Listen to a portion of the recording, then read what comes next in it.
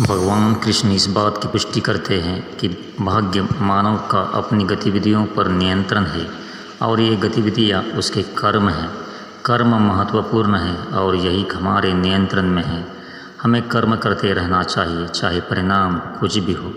इसका मतलब यह है कि आप अपने भाग्य को कर्म द्वारा बदलने का प्रयास अवश्य कर सकते हैं, मगर जो विधि द्वारा निश्चित है वो होकर रहेगा। चाहे आप उसे कितना भी बदलने का प्रयास कीजिए, जो होना है वो होकर ही रहेगा। इसके लिए मैं आज आपको एक कहानी सुनाने वाला हूँ। कहानी पूरी सुनने पर आपको पता चल जाएगा कि विधि का विधान कोई नहीं बदल सकता। चलिए फिर कहानी शुरू करते हैं। एक बार की बात है, भगवान विष्णु गरुड़ पर बैठकर कैलाश पर्वत के द्वार पर गरुड़ को छोड़कर खुद शिव से मिलने अंदर चले गए। तब कैलाश की अपूर्व प्राकृतिक शोभा को देखकर गरुड़ मंत्रमुग्ध थे कि तभी उनकी नज़र एक खूबसूरत छोटी सी चिड़िया पर पड़ी।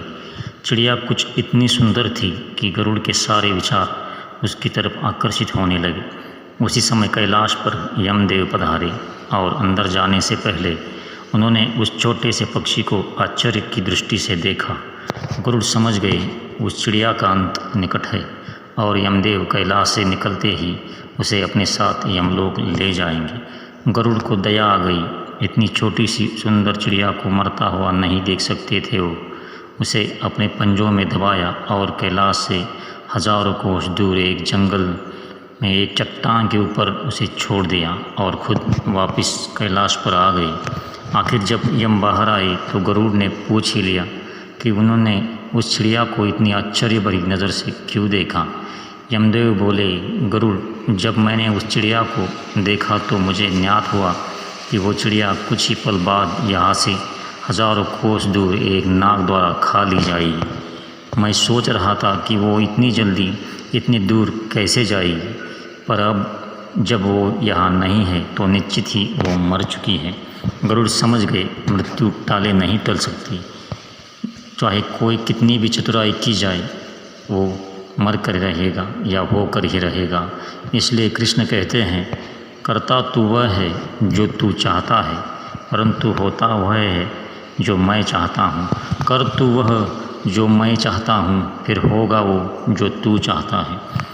दोस्तों, इस कहानी के साथ साथ जीवन के यह 6 कटु सत्य भी आपको समझना चाहिए। नंबर 1, कोई फ़र्क नहीं पड़ता कि आप कितने खूबसूरत हैं, क्योंकि लंगूर और गोरिल्ला भी अपनी और लोगों को ध्यान आकर्षित कर लेते हैं। नंबर 2, कोई फ़र्क नहीं पड़ता कि आपका शरीर कितना विशाल और मजबूत है, क्योंकि शमशान तक आप अपने आप को नहीं ले जा सकते। नंबर 3, आप कितने भी लंबे क्यों न हो, मगर आने वाले कल को आप नहीं देख सकते।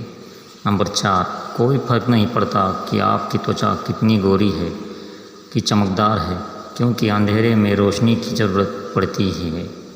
नंबर 5, कोई फ़र्क नहीं पड़ता कि आप नहीं हंसेंगे तो सभ्य कहलाएंगे, क्योंकि आप पर हंसने के लिए दुनिया खड़ी है।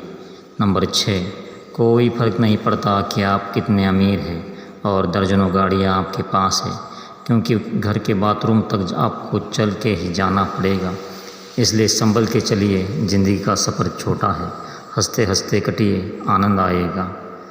अगर आपको ये कहानी अच्छी और सुंदर लगी हो तो चैनल को सब्सक्राइब करके लाइक बटन ज़रूर दबा दें, ताकि आने वाले वीडियो का नोटिफिकेशन आपको मिलता रहे। राधे राधे।